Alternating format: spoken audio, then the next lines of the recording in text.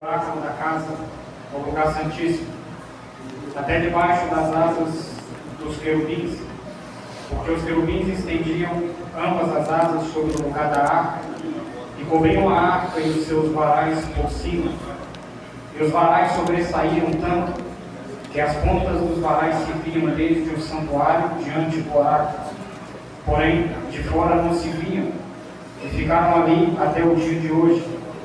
Na arca nada havia, senão só as duas tábuas de pedra que Moisés ali pusera junto ao Horebe, quando o Senhor fez aliança com os filhos de Israel, saindo eles da terra do Egito. Até que é o suficiente. Nós estamos com um culto baseado em Hebreus 10, 19, de volta ao santuário. Vocês podem sentar. O tema do nosso culto de hoje é de volta ao santuário. E esse tema está baseado em um contexto bíblico geral. O tema não é entrando no santuário, é de volta ao santuário.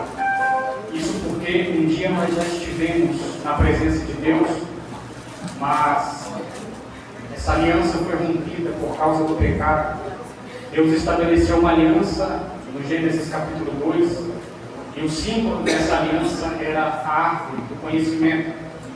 Quando Deus proíbe Adão e Eva de comerem do fruto, não é que a árvore era má, era simplesmente um teste que Deus estava fazendo.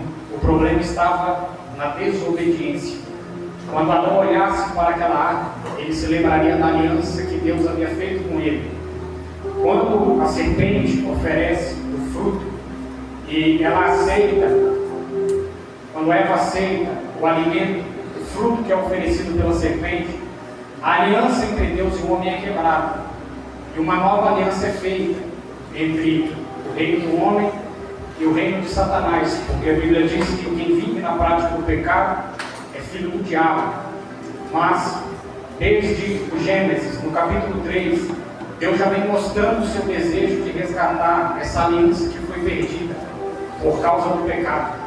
Quando você olha para o contexto histórico do Oriente Médio, você vê que uma aliança de sangue, dos eventos que aconteceram numa aliança de sangue era a morte de um animal. O sangue era derramado. Você percebe isso quando Deus precisa matar um animal para vestir Adão e Eva por causa de sua nudez. Isso é ratificado em Gênesis no capítulo 18, capítulo 15, quando Deus desce, Abraão mata um animal, separa em duas partes e ambos passeiam entre as partes do animal que foi morto. Quando você olha para o livro do Êxodo, no capítulo 12, uma aliança é estabelecida com o povo de Deus através da morte do cordeiro e do sangue que foi derramado. Lá no Êxodo, no capítulo 12, o texto diz que Deus mandou cada família pegar um cordeiro, e o próprio texto diz um cordeiro por família.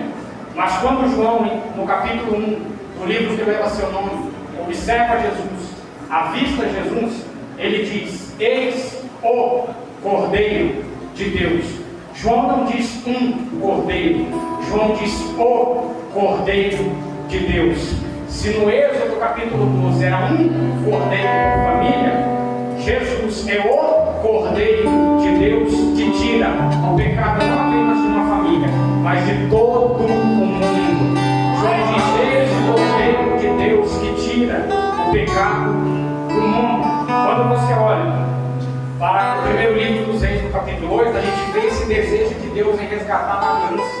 Porque o texto diz, no versículo 8, que os varais que carregavam a arca, elas se sobressaíam tanto que tocavam no véu que separava o oráculo, o lugar santíssimo do lugar santo. O tabernáculo era dividido em três partes: o pátio externo, o lugar santo e o lugar santíssimo. A vara, ela se estendia a tal ponto que tocava no véu. E esse tocar no véu simboliza simplesmente o seguinte: Deus deseja resgatar a aliança que foi perdida no jardim. E a prova disso é que ele deu o primeiro passo, entregou seu filho para morrer na cruz do Calvário. para a remissão dos nossos pecados. E em João capítulo 19, a gente vê que Deus, dando o seu primeiro passo em ver o seu filho, quando Jesus está crucificado, pregado, ele abre a boca e grita: está consumado. O véu se rasga de cima a baixo. O véu não se rasga de baixo para cima, se rasga de cima para baixo. O próprio Deus rasgou o véu, e hoje não há mais nada que nos separe da presença de Deus. O pecado que nos condenava foi condenado no corpo de Cristo, e quem está em Cristo tem acesso novamente ao Santo dos Santos.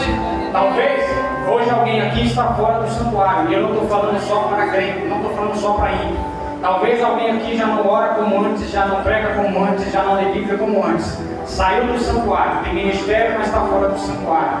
Tem cargo, mas está fora do santuário. Só que no momento da oração aqui, o Senhor ministrava o meu coração. Hoje é dia de restauração de vidas espirituais. Tem gente que estava fora do santuário, vai voltar para o santuário de novo. Ele já deu o primeiro passo, já entregou seu filho, ele apresentou a sua graça. Paulo disse a carta Tito que a graça de Deus se apresentou a todos os homens. Agora só precisa ter ousadia para entrar no santuário pelo sangue.